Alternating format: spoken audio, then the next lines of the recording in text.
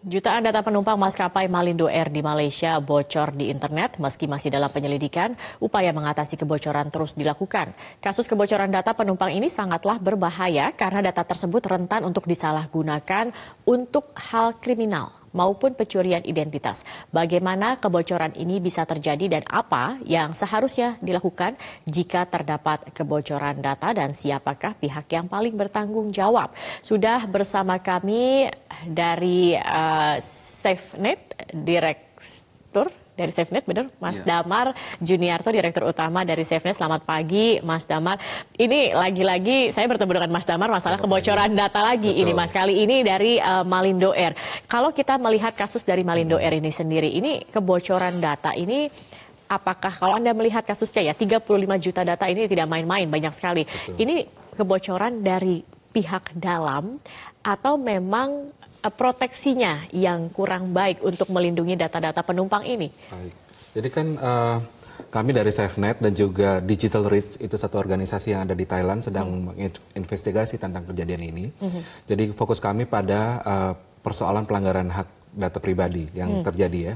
Dan kalau kita kategorikan sebetulnya ini termasuk pada cross border data intrusion. Jadi pelanggaran data yang melintasi negara, karena bukan hanya pada Malaysia sebetulnya. Di Thailand juga. Database besar ini itu melingkupi 3 maskapai. Maskapai Thai Lion Air, lalu yang kedua Malindo, dan juga yang ketiga sebetulnya Batik Air.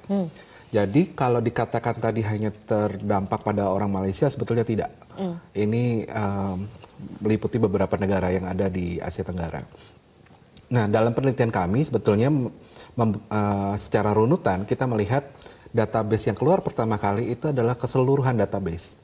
Keseluruhan database yang meliputi pada 3 negara tadi.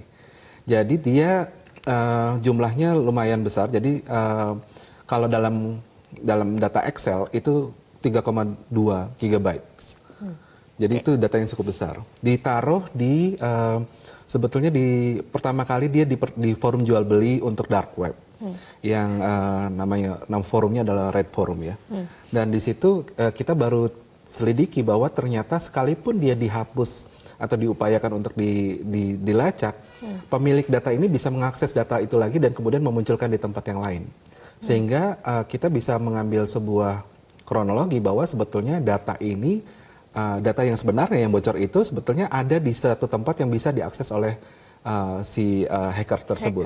Jadi servernya ini seperti yang server terbuka yang server bisa... ini berarti betul dia server yang terbuka, yang dalam penyelidikan kemudian ketahuan bahwa ini ternyata diletakkan di free server dari Amazon Web Service, Cloud Service. Jadi itu sebetulnya kekeliruan yang pertama, karena pihak yang meletakkan data tersebut berarti tidak pernah memikirkan soal keamanan atau tidak pernah memikirkan bagaimana ini nanti bisa kemudian disalahgunakan oleh orang lain.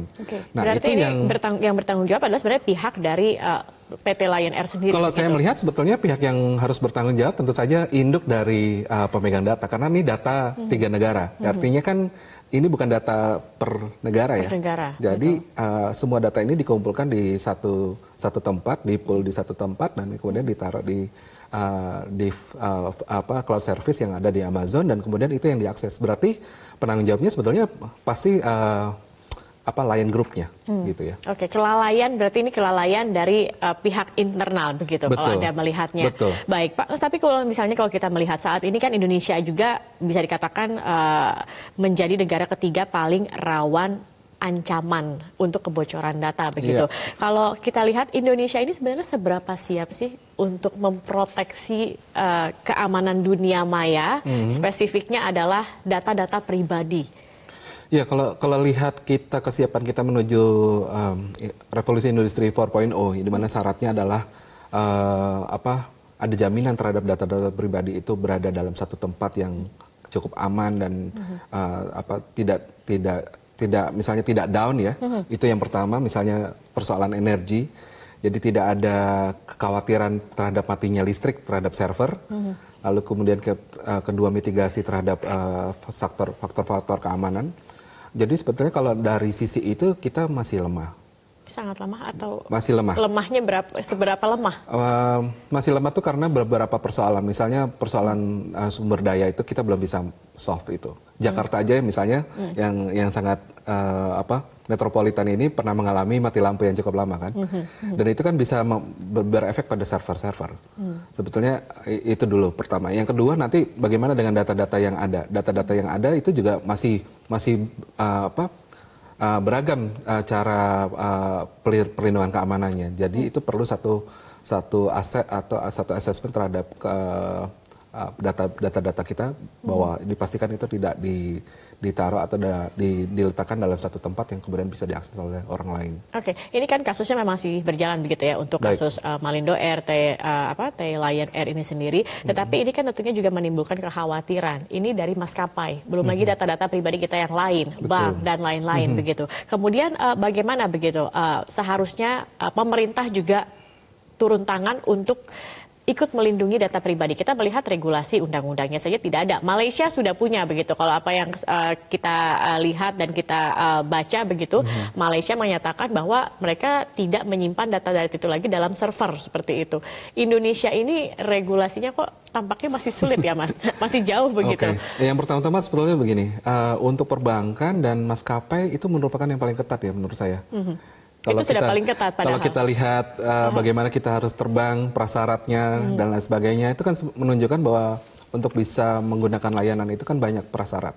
Dan sebetulnya orang memberikan data pribadi itu pasti dengan harapan bahwa dengan penjagaan yang seketat itu juga harus dia dapatkan. Artinya pada sektor-sektor yang sangat kritis sepertinya saja terjadi kebocoran ya. Bagaimana dengan sektor-sektor lain di luar dari perbankan dan juga dunia penerbangan. Jadi ini persoalan serius karena angkanya tidak main-main. Ini kebocoran yang data breach yang sangat besar. Kalau boleh saya perbandingkan misalnya dengan British Airways, itu dia baru saja kena kasus juga, di mana yang bocor hanya 500.000. Dan karena di sana ada undang-undang GDPR untuk perlindungan data pribadi, mewajibkan British Airways harus membayar denda. Jumlahnya nggak main-main, 235 juta US dollar.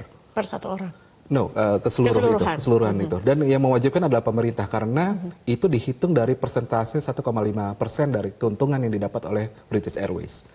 Nah, bayangkan dengan jumlah yang jauh lebih besar, 500.000 dibandingkan dengan sekarang yang 35 juta. Bagaimana ini kemudian harusnya dibebankan sanksinya kepada pihak Lion Group.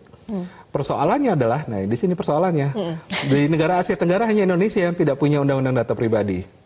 Malaysia sudah punya sejak beberapa tahun lalu, 2010, lalu Thailand baru aja punya di tahun ini di Mei 2019, tapi dia akan efektif 1 tahun mendatang. Nah, Indonesia tidak punya sama sekali. Jadi bagaimana kita bisa menghukum atau memberi sanksi pada perusahaan yang lalai melindungi data pribadi.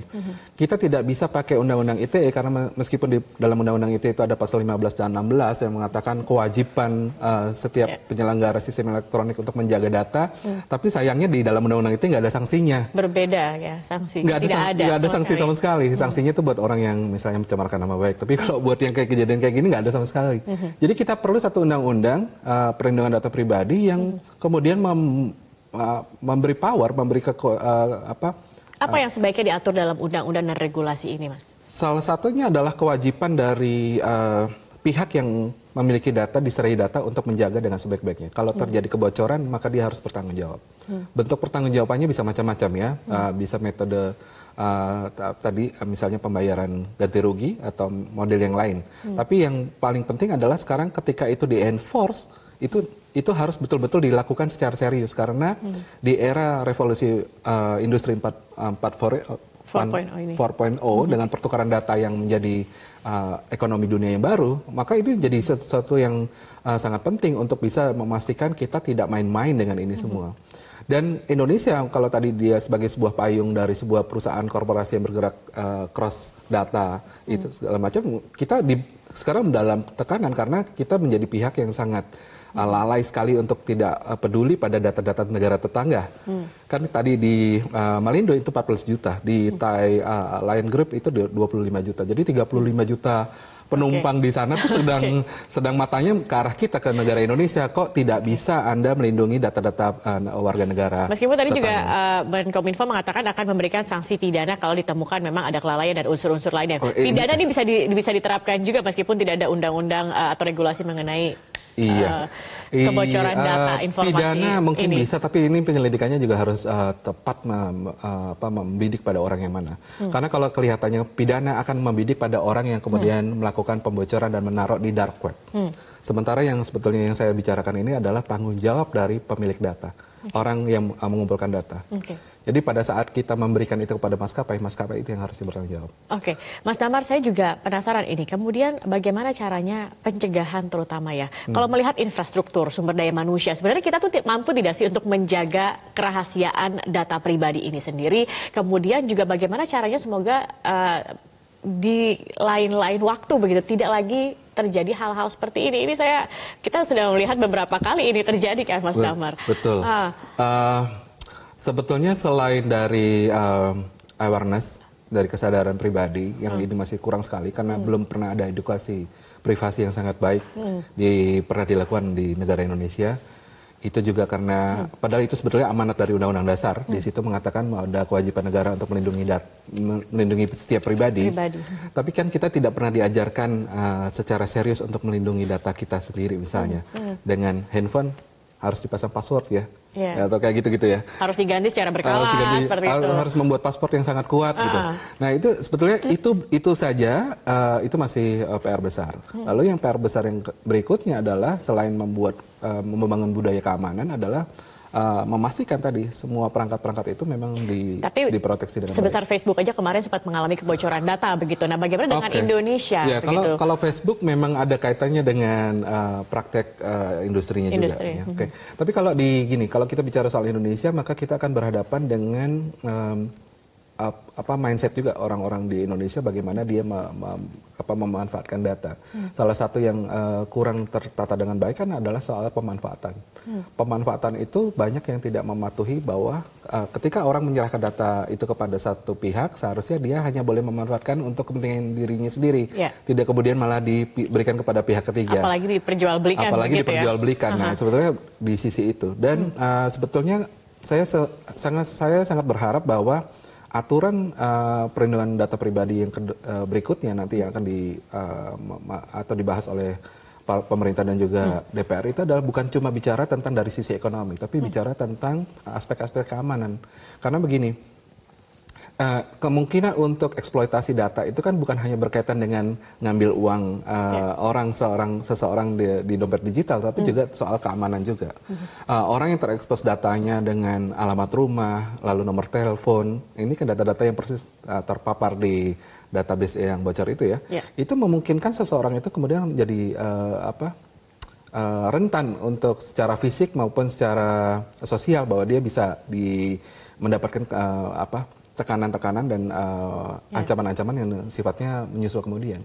Atau bahkan mungkin misalnya kan kalau tidak salah juga nomor paspor ada semua bisa dibuat sesuatu yang palsu dan digunakan untuk kejahatan mengatasnamakan orang lain begitu. Iya, betul. Nah, itu yang sebetulnya aspek itu yang harus diperkuat juga selain dari perlindungan data yang berkaitan dengan transaksi elektronik. Baik, berarti yang harus segera dilakukan pemerintah saat ini adalah membuat regulasinya, membuat undang-undangnya agar memang ada payung hukum yang terkait dengan kebocoran data ini begitu ya Mas Betul, Damar, persis sekali. Sebetulnya kan tadi arahannya adalah dari Menkominfo meminta pihak pemerintah sendiri. Sebetulnya gajalannya sekarang di pemerintah. Draftnya itu masih ditahan oleh pihak di pemerintah untuk tidak harusnya diserahkan kepada DPR, tapi sekarang malah belum diserahkan sama sekali. Baik, terima kasih Direktur Eksekutif dari SafeNet, Mas Damar Juniarto sudah bergabung bersama kami di Metro Pagi Prime Time. Kita akan tunggu langkah dari pemerintah begitu ya secepatnya terkait dengan kebocoran data ini sendiri. Baik, terima kasih dan pemirsa kami akan kembali